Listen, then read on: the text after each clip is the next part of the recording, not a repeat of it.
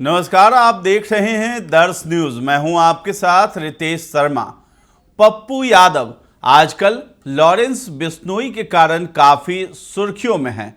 इस बीच उनकी सांसद पत्नी रंजीत रंजन ने एक बड़ा खुलासा किया है कि वो पप्पू यादव से 1.5-2 सालों से अलग रह रही हैं। दोनों के बीच काफी मतभेद हैं। पप्पू यादव के लॉरेंस बिश्नोई पर दिए बयान से उनका और उनके बच्चों का कोई लेना देना नहीं है, ऐसा पप्पू यादव की पत्नी रंजीत रंजन के द्वारा कहा गया है। रंजीत रंजन का यह बयान पप्पू यादव के लिए एक बड़ा झटका माना जा रहा है। इससे यह साफ होता है कि दोनों के बीच सुलह की सारी कोशिशें समाप्त हो गई हैं। हालांकि इन दोनों की शादी भी काफी फिल्मी रही है, तो हम इनकी शादी और लव स्टोरी की भी बात करेंगे। लेकिन सबसे पहले ये मामला समझ लेते हैं कि लॉरेंस बिश्नोई वाला प्रकरण आखिर है क्या।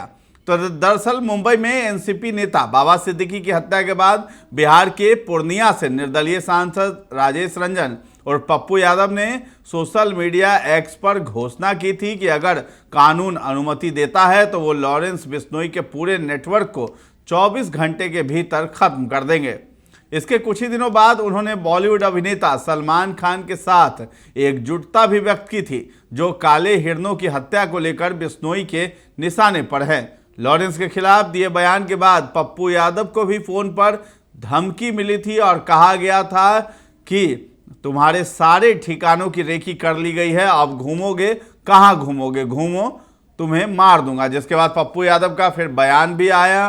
पप्पू यादव ने जो है बताया कि मुझे जान से मारने की धमकी मिली है, डीजीपी के पास गए, आईजी के पास गए और उसके बाद जो है अमित शाह को एक लेटर भी लिखा। तो पप्पू यादव ने कल ही जो है प्रेस कॉन्फ्रेंस किया था, उसमें कहा था कि मारना है तो मार दो, मुझे कोई परवाह नहीं है। तो आपको बता दें कि पीटीआई के मुताबिक पप्पू यादव के बयान पर उनकी पत्नी रंजीत रंजन ने कहा, पप्पू जी और मेरा राजनीतिक करियर अलग अलग है और हमारे बीच मतभेद भी है। पिछले 1.5-2 साल से हम अलग अलग रह रहे हैं। उन्होंने जो भी बयान दिया है उससे मेरा या मेरे बच्चों का कोई लेना देना नहीं है। उन्होंने इस घटनाक्रम को कानून व्यवस्था का मुद्दा बताया और कहा कि सरकार को इस पर गौर करना चाहिए। उन्होंने कहा उनके बयान से मेरा या मेरे परिवार का कोई लेना देना नहीं है। बता दें कि पप्पू यादव हाल ही में मुंबई दौरे पर पहुंचे थे।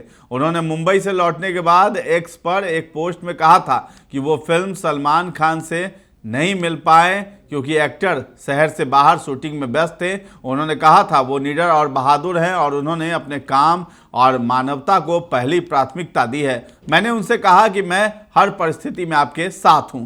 पप्पू यादव ने लॉरेंस बिश्नोई से धमकी मिलने के बाद जो है केंद्रीय गृह मंत्री अमित शाह को एक पत्र लिखा, जिसमें लॉरेंस बिश्नोई गिरोह से धमकी भरे कॉल के मद्देनजर सुरक्षा बढ़ाने की मांग की गई थी। पूर्णिया के सांसद ने शाह को लिखे अपने 2 पन्नों के पत्र को मीडिया के साथ भी साझा किया, जिसकी प्रतियां बिहार के मुख्यमंत्री और राज्य के अन्य शीर्ष अधिकारियों को भेजी गई थी। 21 अक्टूबर को लिखे गए इस पत्र को सोमवार को सार्वजनिक किया गया था, जब मीडिया के एक वर्ग ने बिश्नोई के कथित सहयोगी से दुबई के नंबर से की गई कॉल की एक ऑडियो क्लिप भी चलाई। अपने वाई श्रेणी के सुरक्षा कवर को जेड में अपग्रेड करने की मांग करने के अलावा पप्पू यादव ने बिहार भर में होने वाले सभी समारोहों में पुलिस एस्कॉर्ट की भी मांग की और चेतावनी दी कि अगर मेरी हत्या हो जाती है तो इसका दोष केंद्र के साथ साथ राज्य सरकार पर भी पड़ेगा। तो अब आते हैं पप्पू यादव की लव स्टोरी पर।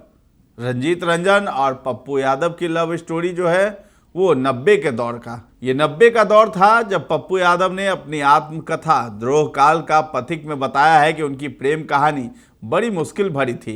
रंजीत से लेकर उनका परिवार पप्पू यादव को अपनाने को तैयार नहीं था। एक बार तो पप्पू यादव ने नींद की ढेरों गोलियां खाकर जान भी देने की कोशिश की थी। फरवरी 1992 से शुरू हुई ये प्यार की कहानी अपने अंजाम शादी तक 1994 में पहुंची। पप्पू यादव अक्सर अपनी पत्नी की तारीफ करते रहे हैं। वो काफ़ी खुश होकर अपनी पत्नी और प्रेम विवाह के बारे में बताते रहे हैं। पप्पू यादव और रंजीत का प्यार जो है साल 1991 में पप्पू यादव पटना की जेल में बंद थे। उस दौरान अक्सर वे जेल सुपरिटेंडेंट के आवास से सटे मैदान में लड़कों को खेलते देखा करते थे।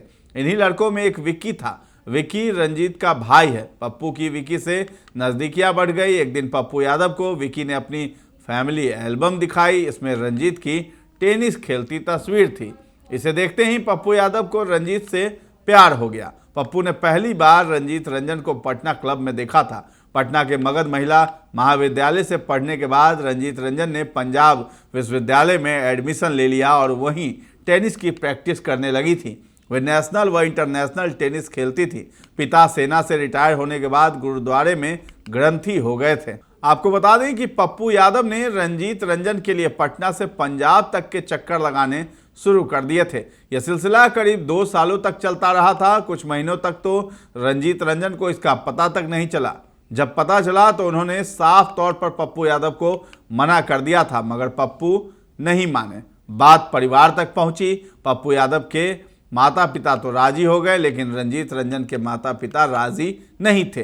पप्पू यादव को और कुछ नहीं सूझा तो रंजीत के बहन और बहनोई को मनाने की कोशिश करने लगे, लेकिन वहां भी दाल नहीं गली। प्यार में हताश पप्पू ने नींद की ढेरों गोलियां खा ली। हालत इतनी बिगड़ी कि इलाज के लिए पटना मेडिकल कॉलेज में भर्ती कराना पड़ा। इसके बाद रंजीत रंजन और उनका परिवार पप्पू यादव के प्रति थोड़ा उदार हुआ, लेकिन शादी के लिए फिर भी मनाही थी। फिर किसी ने पप्पू यादव को बताया कि रंजीत रंजन का परिवार कांग्रेसी नेता एसएस अहलूवालिया को बहुत तरजीह देता है। पप्पू यादव किसी तरह संपर्क निकालकर उनके पास पहुंचे और अपने दिल का हाल सुनाया। अहलूवालिया पिघल गए और रंजीत रंजन के घर वालों से बात करने का वादा कर दिया। अहलूवालिया के समझाने पर रंजीत रंजन के घर वाले मान गए और 1994 में दोनों की शादी हो गई। इस शादी में पूरा पूर्णिया सजा हुआ था। लालू यादव, डीपी यादव सहित कई लोग पहुंचे थे और उस शादी की चर्चा पूरे बिहार में हुई थी। रंजीत रंजन 1.5-2 साल से पप्पू यादव से अब अलग रह रही हैं, लेकिन न तो पप्पू यादव ने इसे सार्वजनिक किया था और न ही रंजीत रंजन ने। लॉरेंस बिश्नोई से उलझने के बाद रंजीत रंजन ने यह ऐलान किया है, तो जाहिर सी बात है रंजीत लॉरेंस बिश्नोई गैंग की धमकियों को गंभीरता से ले रही हैं। तो फिलहाल इस खबर में इतना ही है। दर्श न्यूज के साथ बने रहें और अभी तक हमारे चैनल को आपने सब्सक्राइब नहीं किया है तो जरूर कर लें। धन्यवाद।